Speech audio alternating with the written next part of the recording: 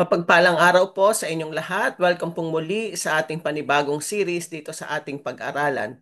Ang series po ay tungkol sa Last Day Prophecy. Tayo po ay nasa ikalawang bahagi na ng Lesson 2 na tumatalakay sa Lost Day in History. Ako po si Lorraine at ang makakasama natin sa ating pag-aaral ay si Pastor Roel Payod Jr. Siya po ay ang District Pastor sa Amadeo, Cavite, Seventh-day Adventist Church. Bibigay ko po ang panahon kay Pastor para sa kanyang pagbati. Good day po sa inyo lahat mga kapatid. Purihin ng Panginoong Diyos sa tayo po muli ay mag-aaral sama-sama ng kanyang salita. At sa part 2 po natin pong pag-aaral po ngayon, ako pinananalangin na ang banal na Espiritu ay ang siyang tumulong sa atin pong unawain ang mga bagay natin pong mapapakinggan at siya rin tutulong sa atin na magbukas ang ating mga puso at tanggapin ang mga pabalita. Ako po nananalangin na kayo pinasa mabuting kalagayan. Kasama po ang inyong pong pamilya at mga mahal sa buhay ay ako pinananalangin na kayo po ay nasa mabuting kalagayan. Gayon din, sama-sama po tayong manood at pakinggan ang pabalita na nagmumula sa atin pong Panginoon. Once again, welcome po sa atin pong episode po ngayon. Salamat po, Pastor. Bago natin ituloy ang ating pag-aaral sa part 2 ay manalangin po muna tayo. Ama naming mahal na nasa langit, kami po ay lubos na nagpapasalamat na kami ay muling nagtipon upang maglaan ng oras sa inyong salita at pag-aralan ang mga napakahalagang propesiya. At Panginoon, tuwing binubuksan namin ang Biblia, kailangan po namin ng banal na Espiritu upang gumabay sa aming mga puso at isipan. Kaya't inaanyayahan po namin ang banal na Espiritu na samahan kami at pangunahan kami tungo sa malinaw at ganap na pagkaunawa sa iyong mga kasulatan ngayong gabi. Ito po ang aming dalangin sa inyong pangalan.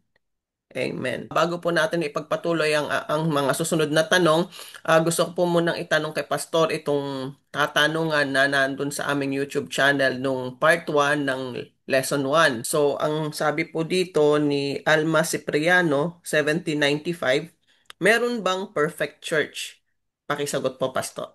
Ayan mga kapatid, alam niyo po kami pinatutuwa na ito po ang ating channel ay talagang lumalago at pinagpapala ng Panginoon. In a way na tayo po ay may mga viewers, hundreds and thousands of viewers. And at the same time ay meron po tayong mga nagko-comment. Ibig sabihin sila po ay nagfe-feedback, sila po ay nagre-react, sila po ay talagang nagpa-participate sa atin pong mga ginagawang talakayan. Now, to answer the question, is there a perfect church? The answer is yes and no. Now, let me explain mga kapatid. Yes. Why yes, Pastor? Yes, it's because the church is called by God. The head of the church, according to Apostle Paul, is no other than Jesus Christ. Okay? So it's worthy to say that the church is perfect because the leader of this church is no other than Jesus Christ. He is the perfecter of our faith. He is the finisher of our faith. He is the perfect divine Son of God.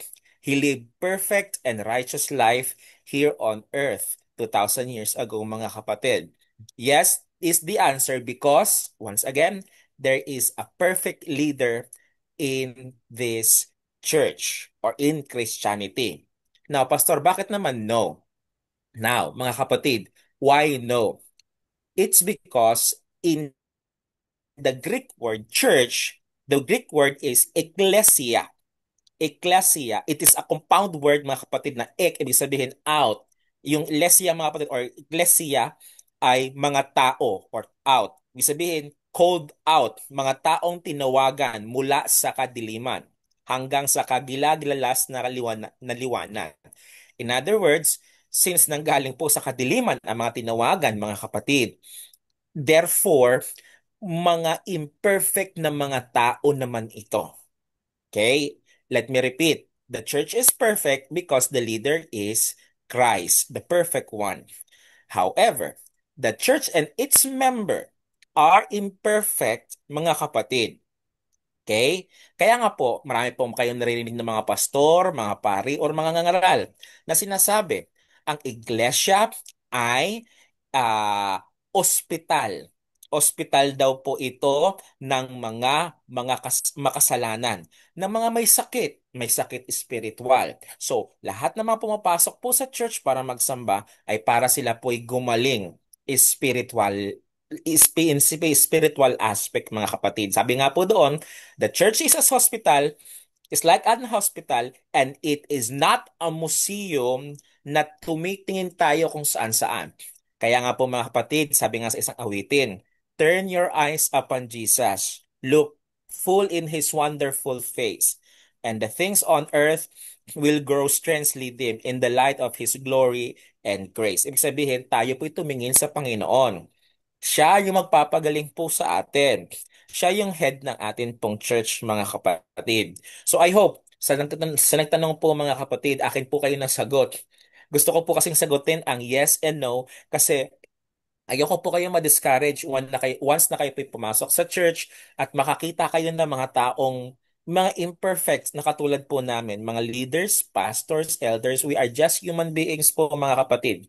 But we are recommending, turn your eyes upon Jesus because He is the perfect one. Salamat po, Pastor, at salamat din kay Alma Cipriano, 1795 sa kanyang katanungan. Sa ating pagpapatuloy sa ikawalong tanong, itinakda ba ni Jesus na patuloy na ipangilin ng kanyang mga tagasunod ang Sabat pagkatapos niyang mamatay para sa kanilang mga kasalanan? Pastor? Mga kapatid, purihin ng Panginoong Diyos, no? So, tayo po magpapatuloy sa atin pong pag-aaral. We are still talking about the Sabbath day, mga kapatid. So, ang tanong po mga kapatid sa ikawalo ay, did Jesus intend for His people to keep the Sabbath after He died for their sins? Siguro, we can rephrase the question by asking, ang Diyos ba nung namatay sa kalbaryo ng cross ay nawala po yung kasagraduhan ng Sabbath day? Now, the answer is no. Okay? The Sabbath is the same, mga kapatid. Christ died for our sins, hindi po Christ died for the Ten Commandments or for the Sabbath day. Sabi po dito, you you look at the prophecies that Jesus gives about the second coming, and He says, "Pray that your flight will be not in the winter, neither on the Sabbath," mga kapatid. So, why did He say that? Bakit po sinabi ng Panginoong Hesus yun? So looking down in time, Christ knew, He said, pray it's not in the winter because if they had to flee out in the wilderness, there's not much in the field. There's no harvest going on.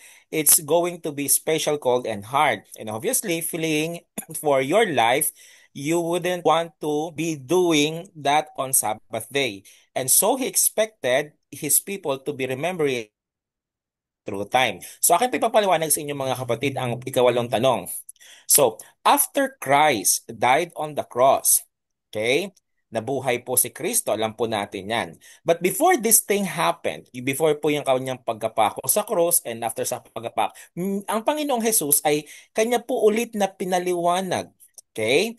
Doon po sa aklat ng Lucas na sabi niya, ang warning niya na ang kanyang hope na pag dumating yung pong time sila po ay ika-conquer na or lulupigin na po ng mga Romans.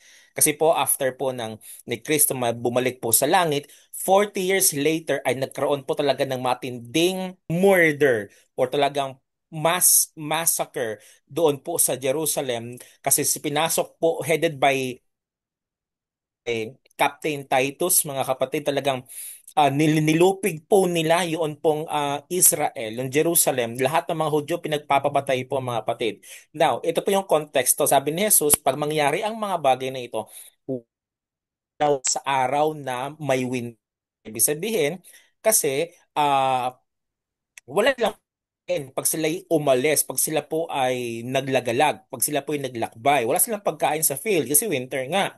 And then, ang dagdag pa ni Jesus, wag ng araw ng Sabat. Bakit? Kasi alam ni Jesus, ang mga Hudyo ay nangingilin ng Sabat. So, ibig sabihin, mas madali po silang mapapatay, mas madali po silang mahuhuli, kasi lahat sila ay nasa sinagoga kung magpaplano na po ang mga Hudyo ay, or mga Romano na sila po ay lupigin or patayin. So, yun po yung sabi po ni Jesus. So, ibig sabihin, mga kapatid, the sanctity of the Sabbath day is the same from the Garden of Eden until the time Jesus Christ went up to the cross, hanggang ibahagi niya po sa kanyang mga disciples, ang kahalagahan nito, hindi po binago ni Jesus. Even after he died on the cross, hindi niya po binago na sinabi niya ng mga kapatid na, alright, since I rose up, since I was resurrected on Sunday, the sacredness of the Sabbath ay i-transfer ko sa Sunday. There is no such text in the Bible. So the Sabbath day is the same from the time of creation and until the time Christ went back to heaven. Sa ikasyam na tanong, itinuturo ba ng Biblia na ang bayan ng Diyos sa mga huling araw ay patuloy na mag-iingat at magpapanatili ng kabanalan ng ikapitong araw? Pastor? Yan, mga kapatid. Alam niyo, nagkaroon po tayo ng episode po dito. I think that is in the season 2 ng atin pong pag-aaral, mga kapatid. Ano po? Na atin po diniscuss po yun pong Mark of the Beast, yung Ten Commandments. Okay? Inyo na lang po i-scan dito po sa atin pong YouTube channel, ating pag-aralan. Now, to answer, mga kapatid, does the Bible teach that God's end time people would also be keeping what we call the seventh day Sabbath? Yun lang po mga bang yun po bang mga tao sa huling kapanahunan, are they be going to be a Sabbath keeper? Now let's answer it by the word of God. Revelation chapter 12 verse 17. Revelation chapter 12 verse 17, it says here, the dragon was wroth, or he was anger with the woman, and he went to make war the remnant of her seed.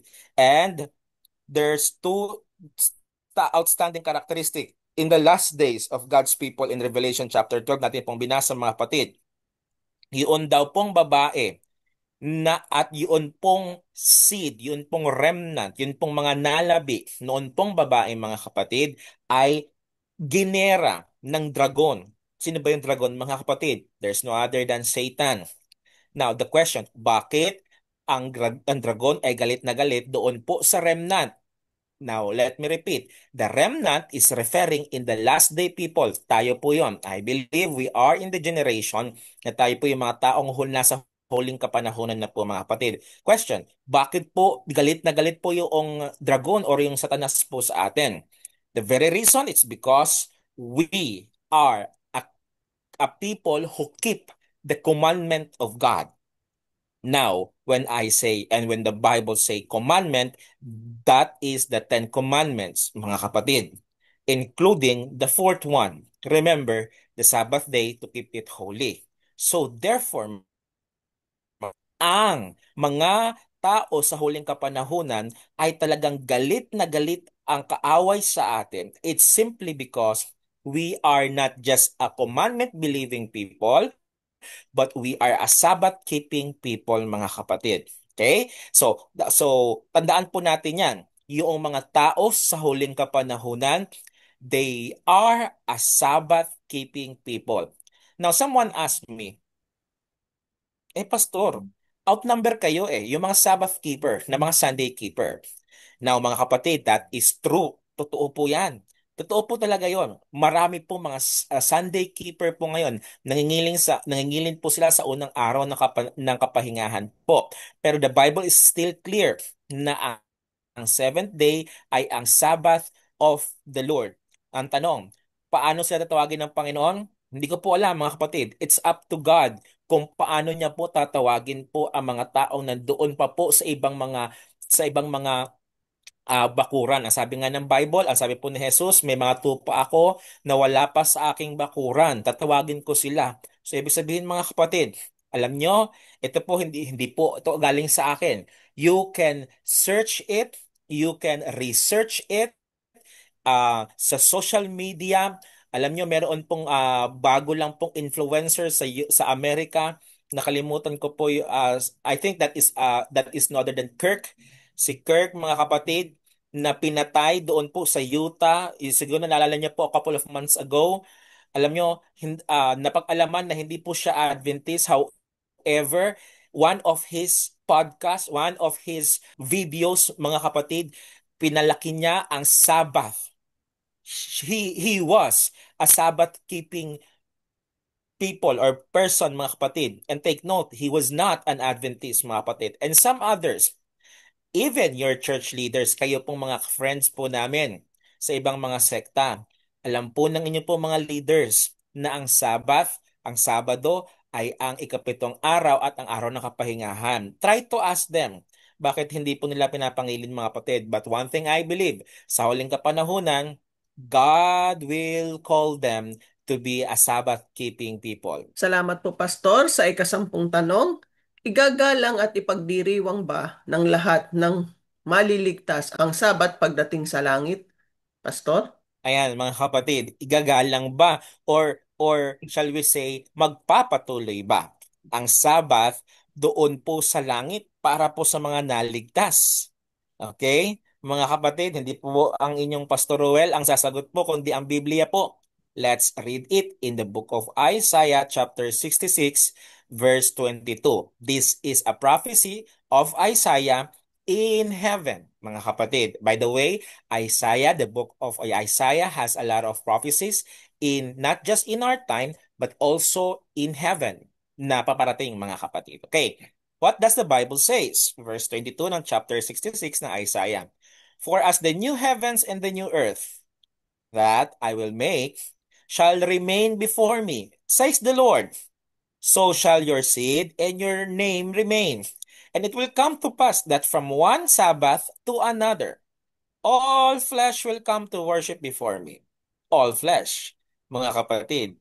Okay? Tandaan po natin, lahat daw po ng mga tao, lahat ng may laman.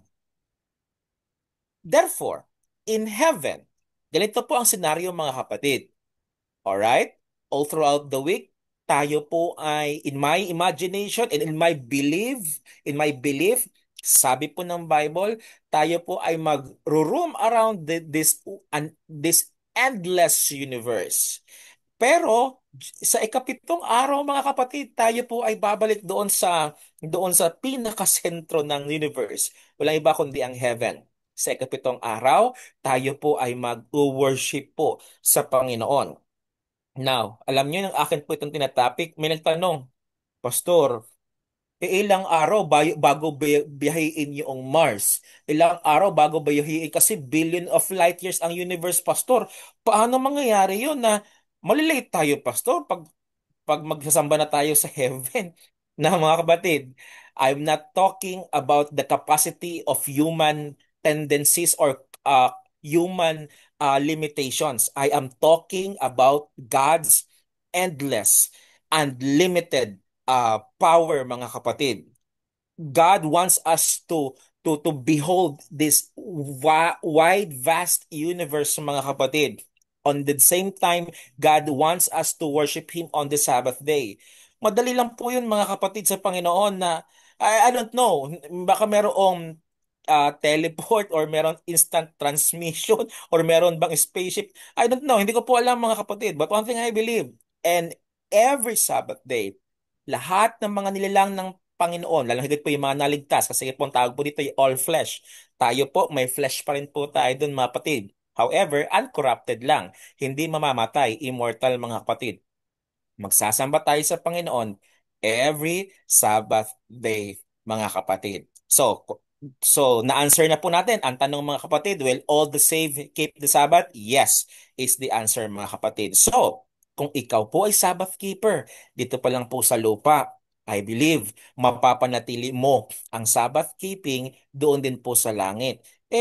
Paano pag nagsabi, Pastor, hindi nga ako nagsa-Sabbath keeping dito doon pa kaya sa langit? Mga kapatid, I leave it to God kasi marami naman din pong niligtas ang Panginoon. May instances na may naligtas ang Panginoon na hindi po siya nag-keep ng Sabbath. However, siya po ligtas. Let's say for example, yun pong kasama po niya doon sa Kalbaryo ng Cross.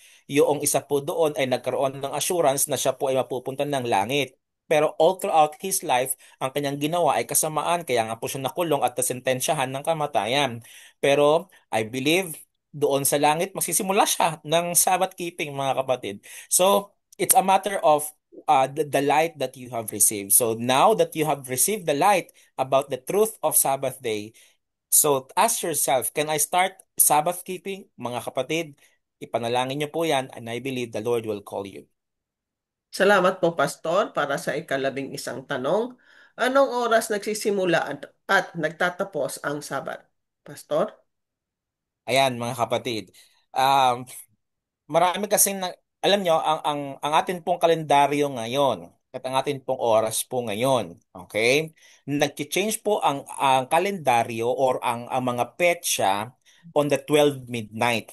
Kaya nga po, di ba, pag na tayo pinagsasalubong ng New Year, karamihan ay sa 12 midnight. Nagka-countdown sila. 11:59. Tapos, pag mag 11:59.50 seconds na, ka-countdown na sila na 10, 9, 8, di ba? Tapos pag mag 12 midnight na, exactly mga kapatid, ang unang segundo ng 12:01 12 midnight and 1 second, talagang magsasabay na po ang mga paputok, mga fireworks, and everybody will shout Happy New Year. Okay? Ngayon pong modern generation, ganun po ang paraan ng um, pag-change ng mga petsa or ng mga araw. But let us go back in the Bible, mga kapatid. Let us go back in the Bible. Ito pong sabi mga kapatid, okay, sa Leviticus mga kapatid, chapter 32 verse 23. 23 verse 32. Okay? 23 verse 32. Sabi po dito mga kapatid, from even unto even, from sundown to sundown, you will celebrate my Sabbath. It's pretty clear. You can read in Leviticus chapter mga kapatid, so na at even when the sun did set. So it is about the sundown mga kapatid. So let me explain. Hindi po ito nagsimula sa Leviticus. Kasi maraming ang mga allergy eh. Leviticus na naman, pastor, kay Moses na naman yan. Old Testament na naman yan. Law of Moses na naman yan. Now, hindi po ito nagsimula kay Moses. Ito pinagsimula sa creation, mga kapatid. Okay? Basahin niyo po ang Genesis chapter 1 and chapter 2. After the Lord created the first day. Ang sabi po ng Bible mga kapatid, and there was evening and morning in day one. Hindi po sinabi ng Panginoon, and there was morning and evening. Evening po ang simula. So ibig sabihin mga kapatid, when the sun sets on that day, that is the beginning of another day. Yun na po yun. Nag-gets niyo po mga kapatid? Kasi kahit magsimula po tayo ng 12 midnight, gabi pa rin eh. Gabi pa rin po mga kapatid. Hindi, wala pa pong araw. In other words, hindi pa po maliwanag. Pero nagsisimula na yung gabi, yung panibagong araw. But in the Bible, pag sunset na po, ibig sabihin, pag lumubog na po yung araw ng araw na iyon mga kapatid, yung paglubog ng araw, pagsimula ng segundo sa gabi mga kapatid, nabibilang na po yon sa susunod na araw. I hope na gets niyo po yun mga kapatid. So ibig sabihin, hindi po siya nagsisimula sa 12 midnight. Nagsisimula po siya ng um, ng sunset mga kapatid. Hindi po ito ang paliwanag ng inyong pong pastor, kundi ito po yung paliwanag po ng Biblia mga kapatid. That is a very clear explanation na sunset to sunset. Kaya nga po ang inyong pong mga kapatid na mga Adventists, the start of our Sabbath keeping is Friday evening. Pag sunset na po ng Friday, we greet everyone sa Happy Sabbath kasi Sabbath na po yun mga kapatid. And then pag Sabado, nag-sunset na rin po siya, pwede na po kami makagawa sa mga gawain na secular or mga gawain na hindi po out or outside po sa Sabbath. Kasi that is now napabibilang na po yon sa Sunday mga kapatid. Okay? I hope that is clear for everyone. Salamat po, Pastor. Para sa ikalabing-dalawang tanong, nakakatiyak ba tayo na ang kasalukuyang ikapitong araw, ang Sabado, ay siya ring Sabat na ipinangili ni Jesus? Pastor? Ayan mga kapatid, atin pong sagutin yan. Accurate po ba yung pong sabat sa panahon ni Jesus, sa panahon po natin ngayon? Okay? Ang sabi po dito mga kapatid, there have been maybe calendar changes. Kasi po, nagkaroon po ng changes from Justinian calendar to Gregorian calendar. Ang atin pong ginagamit po ngayon ay Gregorian calendar. Okay? Meron po tayo niyang facts na atin pong babasa mga kapatid or evidence. yun pong October, I think 15, 14, something mga kapatid. Sabi po dito, atin pong basahin. Look at these scriptures that I think make it clear. Luke chapter 23, verse 54. And that day was a preparation Friday, and the Sabbath drew on. So it's a preparation day. That's pretty clear. Tama? So, and then it says, and they returned and they prepared spices and ointments and they rested on the Sabbath day according to the commandments. So now you notice this written by Luke. Was Luke a Jew? Hindi po Jew po si Luke. Si Dr. Lucas mga kapatid, or a Gentile? Gentile. He doesn't say according to the Jewish law. Luke, who is writing this, 20 years after it's occurred, he doesn't say this was the Jewish Sabbath. It would have been a great time. He could have said this is the old Sabbath. He states as a matter of fact there that every Christian would understand. So ano pong ibig sabihin mga kapatid? Simple lang. Si Lucas na hindi po personal na disipulo ng Panginoon. Si Lucas na doktor na hindi po nakasama ang Panginoon personally. Okay? Although nakasama niya po, yun pong sila Apostle Pablo and some other apostles, mga kapatid. Pero siya personal, wala po siyang, hindi niya nakasama, hindi siya kasama dun sa 12 disciples, mga kapatid. Si Lucas po, mga kapatid, in his writings, by the way, he had two books na sinulat po sa New Testament. That is the book of Luke and also and the book of Acts, mga kapatid. Okay? Yan po ay isa sa mga sinulat pong dalawang aklat ni Lucas. Now, going back mga kapatid, sa kanyang mga writings, hindi po sinabi po ni Lucas, since hindi po siya Jew, hindi niya po sinabi, Sabbath of the Jew. Sabbath ang kanyang pagkasabi mga kapatid. Okay? Kasi na nakita niya, na nalaman niya na ang Sabbath na pinangilin po ni Jesus ay the same Sabbath mula pa doon mga kapatid sa Garden of Eden. Kaya nga po kung ang si Lucas ang tatanungin about sa genealogy of Christ, mga kapatid, sa Lucas chapter, I think chapter 5, okay, or chapter 2, mababasa niyo rin po diyan, sinimulan niya yung genealogy po ni Christ hanggang doon sa time ni Abraham. Kasi kay Matthew mga kapatid, hanggang doon lang po kay Abraham. Pero kay Lucas, hanggang doon sa time ni ni Adan. Doon po sa creation mga kapatid. Alright? Now, let us go back to the question mga kapatid. Ah, certain pa rin po ba yon? Now, you can search it by yourself mga kapatid na hindi po nagbago yun pong pangingiling. Yun pong araw po mismo. Linggo, Lunes, Martes, Merkoles, Huwebes, Bernes, Sabado. Bagaman nagkaroon ng shifting from Justinian calendar, papunta po doon sa Gregorian calendar natin pong ginagamit ngayon, yun pong 15 days na may gap mga kapatid na nag-change po. By the way, meron po niyang vlog si Kuya Kim and some other vloggers. I-search niyo po sa social media, sa Google mga kapatid.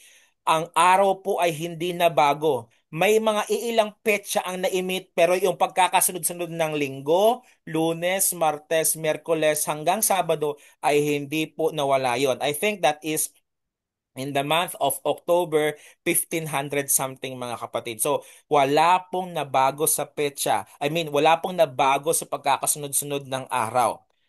From the time of creation hanggang sa time ni Jesus Christ, kasi si Christ nangingiling ng Sabat hanggang sa panahon natin ngayon, kasi po ang mga tao ay literate enough na to record years, to record months, to record events, mga kapatid, lalo higit po yung mga Greeks, mga Romans, they are serious about that. Hindi na po nawala yun pong pagkasunod-sunod ng dates at yun pong mga ginagamit nating kalendaryo ngayon na parehas. Meron pa rin pong 7 araw sa loob ng isang linggo. So kung ano pong ikapitong araw noon pong creation, ay siya pa rin pong araw na araw ng kapahingahan na present hanggang sa atin pong panahon ngayon.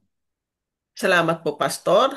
Sa ikalabing-tatlong tanong, nabago ba ang 10 utos, Pastor? Ayan, mga kapatid, alam nyo, napakaraming mga nagnanais na baguhin ang utos. At napakarami nagsasabi na talagang binabago po nila ang utos. Ayoko na po mag-mention ng isang group or ng isang pananampalataya, but you can see it to yourself. The fact, pagpunta niyo po sa isang malaking church po na yon, bagaman meron pong Ten Commandments na nandun sa harapan ng kanilang pintuan, mga kapatid, na pinapaalalahanan ang tao about sa Ten Commandments ng Panginoon, pero meron pong mali doon sa kanila pong Ten Commandments. At alam niyo po kung ano po yan, mga kapatid? Yun pong pangalawang utos, huwag kang gagawa ng mga Diyos-Diyos, tinanggal na po yun, mga kapatid. Tapos, i-divide po yun pong, think yun pong pangatlo, stand to be corrected, yung pang-sampu. Tapos, yung pagka-mention ng ikaapat na utos na sinasabi, remember the Sabbath day, ang ginamit po nilang words ngayon doon, remember the Lord's day. Bakit ba kanilang iniiwasan yung salitang Sabbath? Bakit ginawa na lang the Lord's Day? Bakit ba tinanggal nila yung pangalawang utos na nagsasabi huwag kang gumawa ng larawan? Bakit ba yung church na yun napakaraming larawan, mga kapatid? Okay? Bakit? Hindi po nagsimula sa kanila yon. I have a lot of lovely Catholic friends and other friends, mga kapatid. Hindi ko po sila inaatake. Love ko po sila, mahal ko po sila. I love them since the Lord loved them, mga kapatid. Pero atin pong babasahin ng Biblia, saan po ba nagsimula ito? Atin na po ito na-discuss. By the way, noon nag-discuss po tayo ng topic na 666, mga kapatid. Okay? Now let's go back in the Bible. Daniel chapter 7 verse 25. It says here, Daniel 7:25, add not to his words, lest he prove you. And you can read in Daniel, mga kapatid, sabi po dito, he will think to change times and laws. Yun pong tinatawag na papacy, yun pong little horn, doon po sa panaginip ni Daniel. Yun pong 10 sungay doon po sa dragon, mga kapatid, yung ikaapat na halimaw na lumabas mula sa dagat. Yung 3 sungay ay nawala. Pero may umusbong pong isang sungay, mga kapatid, na meron pong mukha ng tao na nagsasalita at nakakakita, mga kapatid. At kanya daw pong susubukang i-change, baguhin. At in fact, he was successful in doing that. Talaga naman pong nabago niya po, napalitan niya po yung pong solemnity of the Sabbath day. Nang dahil po sa pag-jive in, sa pag-merge ng paganism at ng Christianity, lalo higit po nung time po ni Constantine, mga kapatid. Okay? Noong in-embrace niya ang Christianity, pero dala-dala pa rin po niya yung paganism na mentality niya po, na ang kanyang araw ng pag-worship ay walang iba kundi Sunday, because he was a worshipper of sun. Dinala niya po yung sa Christianity, mga kapatid. Kaya ang mga mostly sa mga Kristiyano po ngayon ay nangingilin po ng unang araw ng linggo, hindi po Sabbath. Because nagsimula po yun sa propesya po ni Daniel na meron pong magbabago, and yet he was so successful in doing that. Bagaman ang mga maraming denomination po ngayon na nagpo-protest against that Roman Catholic Church, but sabi ng Roman Catholic Church, nag-protest nga kayo, umalis nga kayo sa amin, pero yung araw ng pangingilin nyo ay same pa rin tayo. Ang tinanggal nyo lang yung mga rebulto-rebulto, pero ang talagang nangingilin pa rin ng araw ng kapahingahan ay walang iba kundi ang Seventh-day Adventist. Kasi napanatili po ng Seventh-day Adventist yun pong ikapitong araw from the time of creation hanggang sa time po ni Jesus at hanggang sa time po natin ngayon. Salamat po, Pastor. Para sa ikang 14 na tanong, may malaking epekto ba kung ang isa lang sa mga utos ng Diyos ang ating hindi sundin? Pastor? The answer is yes, mga kapatid. Meron pong malaki. Meron pong malaki. Now, personal answer ko po, yes, meron pong malaki. Yes, of course, there's an answer from the Bible of that. Pero personal po sa akin, talagang meron po kasi, kumbaga, ang logic po ay ganito eh. Iinom ka ba ng 1 galong malinis na tubig? Okay? Pero pinatakan mo ng 1 patak na lason. 1 patak lang naman. Ikumpara mo naman sa 1 galon. Iinom ka lang ba ng mga kapatid? Iinom ka ba nun? Of course, the answer is no. Kasi alam mo may lason kahit 1 patak lang yun eh. Oo, 1 galon na malinis ang tubig. Pero dahil in the presence of that single drop of poison, alam mong hindi mo inumin. Now, the Bible in James chapter 2 verse 10, it says, "For whoever will keep the whole law and yet stumble in one point, he is guilty of all." Ito po ang sabi ng Panginoon, mga kapatid. Yes, nangingilin ka ng siyam. Pero nang dahil sa hatred mo sa ibang mga Adventist or sa mga Sabbath keeper, pero nang dahil sa ayaw mong tanggapin ang ang ang ang truth about the Sabbath day, ayaw mong ipangilin yung mga kapatid. Sabi ng Bible, para ka na rin nakasuway sa siyam. Okay? Yun po ang sabi mga kapatid, guilty ka na doon sa lahat. Kahit isa doon ang hindi mo ipangilin. Okay? Or isundin. Same thing with the Adventist. Oo, Sabbath keeper ka. Pero yung ikapitong utos na huwag kang mangangalunya, nangalunya ka. Oo, hindi ka nangalunya. Oo, Sabbath keeper ka. Pero nakapagnakaw ka.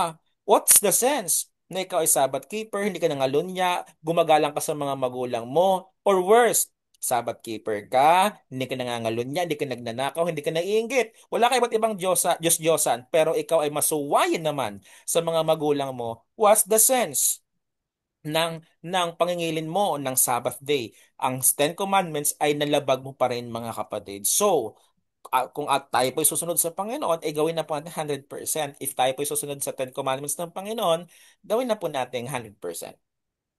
Salamat po, Pastor. Sa ikalabing-limang tanong, nandun na ba ang batas ng Sabat bago pa ito ipahayag sa bundok ng Sinai?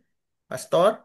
Okay po, mga kapatid, to answer sa atin pong limang tanong, nag-exist na po ba daw yung pong law bago po yung pong event doon po sa Mount Sinai sa Exodus chapter 8, mga kapatid? Okay? Um, Ilahigit yung pagbanggit po ng Panginoon sa 10 utos.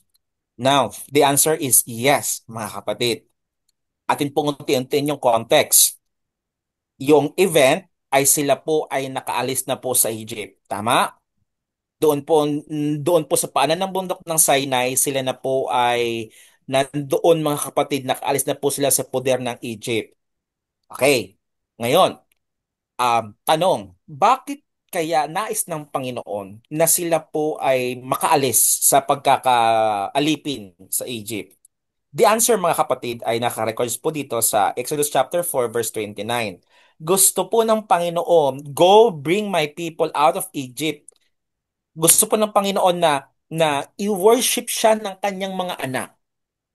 Kasi nangako po si Jesus, ang Panginoon po natin, nangako po kay Abraham na ganito, ganyan. Sila po yung magiging chosen people ng Panginoon. At gusto po ng Panginoon, sila bilang mga piniling tao, na sumamba sila sa Diyos na buhay. Okay? So, meron na pong Sabbath, mga kapatid.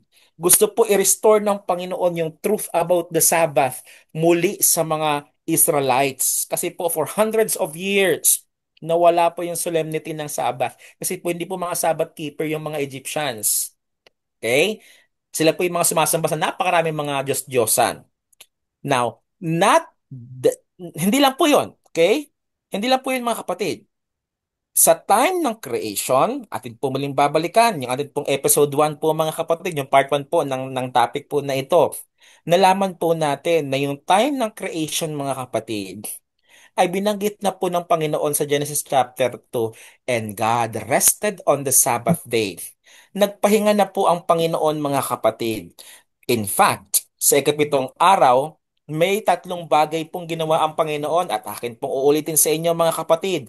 Ano po yung mga 3 bagay na ginawa ng Panginoon sa araw ng Sabbath after po ng creation, ng 6-day creation, at sa ikapitong araw siya pinagpahinga, pero may 3 bagay po siyang ginawa. Una, kanya pong ginawang banal. He sanctified the Sabbath day. Pangalawa, He blessed the Sabbath day. Pinagpala niya po ang araw ng Sabbath. And pangatlo, He rested on the Sabbath day. So, therefore, pag ikaw ay Sabbath-keeping individual, if ikaw ay Sabbath-keeping believing Christian, pag nangilin ka sa araw ng Sabath, may 3 bagay din na may experience mo. Sanctity, because God sanctified the Sabbath day. Kanya kang ginawang banal. And then pangalawa, He bless. Ikaw po'y pagpapalain mga kapatid. And then pangatlo ay makakarest ka. Hindi rest na tulog na nasa bahay ka lang, matutulog ka lang all throughout the Sabbath day. Ikaw ay magkakaroon ng rest in your soul, in your stress in life, in your worry in life. Magkakaroon ka ng stress-free day, and that is no other than the Sabbath day, mga minamahal na mga kapatid. So, nag-exist na po ang Sabbath bago pa lang sa time ng Mount Sinai. Even before the word Israelites were created, there was already the word Sabbath day. Salamat po, Pastor. Ibabalik ko pong muli sa inyong panahon para sa closing remarks at panalangin. Now mga kapatid, let me repeat. Okay, I believe akin na po ito nabanggit sa inyo. It is not the issue about day. Yes, Sabbath is the seventh day, but more than that, it is an issue of rest. Because Sabbath means rest, mga kapatid. Nais ng Panginoon na tayo po ay magpahinga sa Kanya. Let me ask you a question.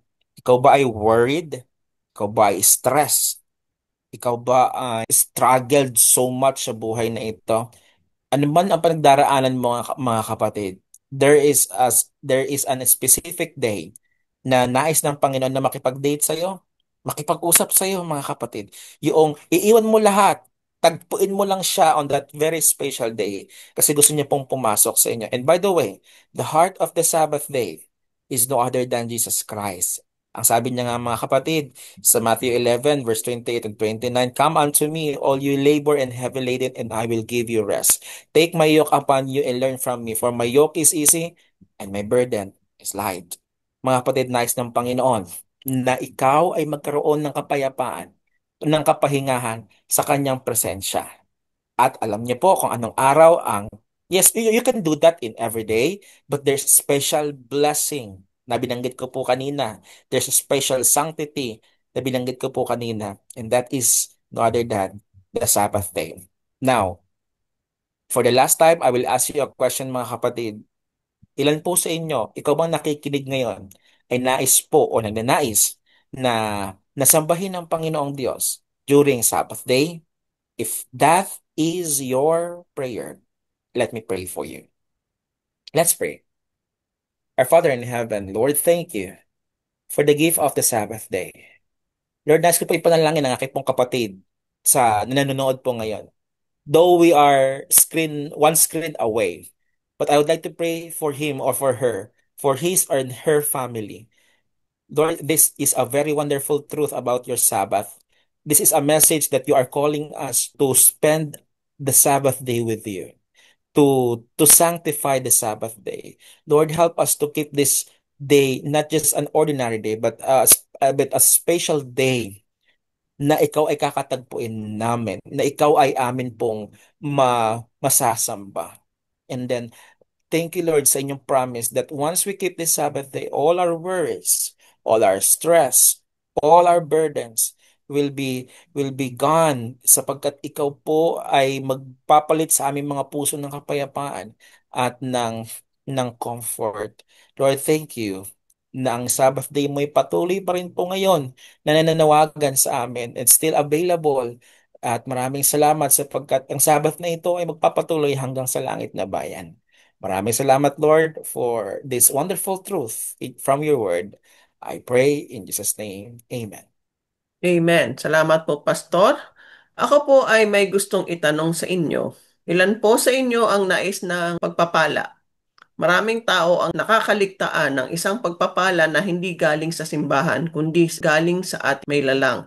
Iniutos niya ito dahil mahal niya tayo. Alam niya kung ano ang kailangan natin. Alam niya ang bawat isa sa 10 utos ay para sa ikabubuti natin. At gayon man, may ilang mga simbahan na hindi tinuturo ang katotohanan ito. Mula sa Hebreo chapter 4 verse 5 sinasabi, sila'y papasok sa aking kapahingahan. Sa Hebreo chapter 4 verse 9 naman sinasabi, kaya't may natitira pang isang kapahingahan. Ito ay nasa bagong tipan. Ang ibig sabihin nito ay may natitira pang sabat para sa mga tao ng Diyos. Kailangan pa rin nating ang rest na sinasabi ng ating Panginoon at nananatili ito. Maraming bahagi ng simbahan ang nakakalimot sa bagay na nais ng Diyos na ating tamasahin at yakapin.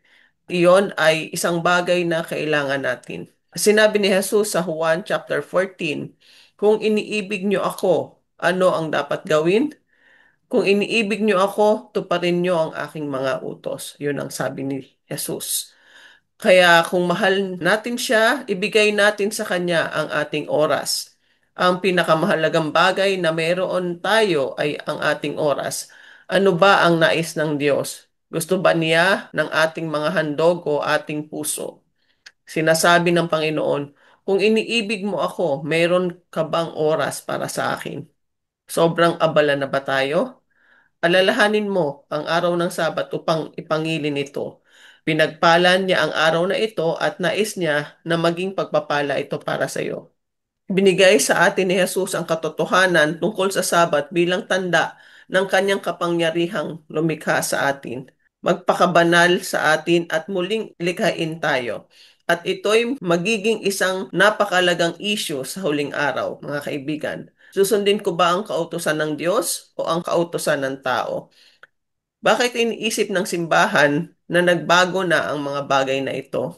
Masusubok ang ating pananampalataya sa usaping ito at sa marami pang iba sa huling araw. Ang pinakapunto ay ito. Kung mahal mo si Jesus, sinabi niya, tuparin mo ang aking utos. At sinabi pa niya sa 1 John chapter 5, at ang aking mga utos ay hindi pabigat. Kapag tunay tayong nagpapasakop sa Panginoon at mahal natin siya, magiging pagpapala ito. Magiging isang pribilehiyo ang sumunod sa Diyos. At nais niyang maranasan natin yon. Sinabi ni Jesus sa 1 chapter 13 verse 17, kung nalalaman ninyo ang mga bagay na ito, mapapalad kayo kung inyong gagawin ang mga ito. Hindi bawat nagsasabi sa akin, Panginoon, Panginoon, ay papasok sa kaharian ng langit, kundi ang gumagawa ng kalooban ng aking Ama na nasa langit. Dalangin ko na patuloy kayong sumubaybay dahil naniniwala ako na nais kayong pagpalain ng Panginoon. Nais niyang maranasan ninyo ang kapayapaan at kapahingahan. Sa ating susunod na presentasyon, pag-uusapan natin kung ano ang nasa gintong kaban. Narinig nyo na ba ang tungkol sa Ark of the Covenant? Abangan ang susunod na pag-aaral. Kung kayo po ay na-bless sa mga mensaheng narinig nyo ngayon, huwag pong kalimutang mag-subscribe sa aming channel at i-share po ang video na ito upang mas marami pa ang makarinig ng mabuting balita tungkol sa malapit ng pagbalik ng ating Panginoong Hesus. Kung kayo po ay may mga tanong, komento o kahilingan sa panalangin, isulat lamang po ninyo sa comment section. Binabasa po namin ang inyong mga mensahe at nais po naming maisama kayo sa aming mga panalangin. Maraming salamat po at naway pagpalain tayo ng ating Panginoon. Hanggang sa susunod na bahagi po ng ating pag-aaral, ito pong muli si Lorraine, reminding you that God loves you. Bye-bye!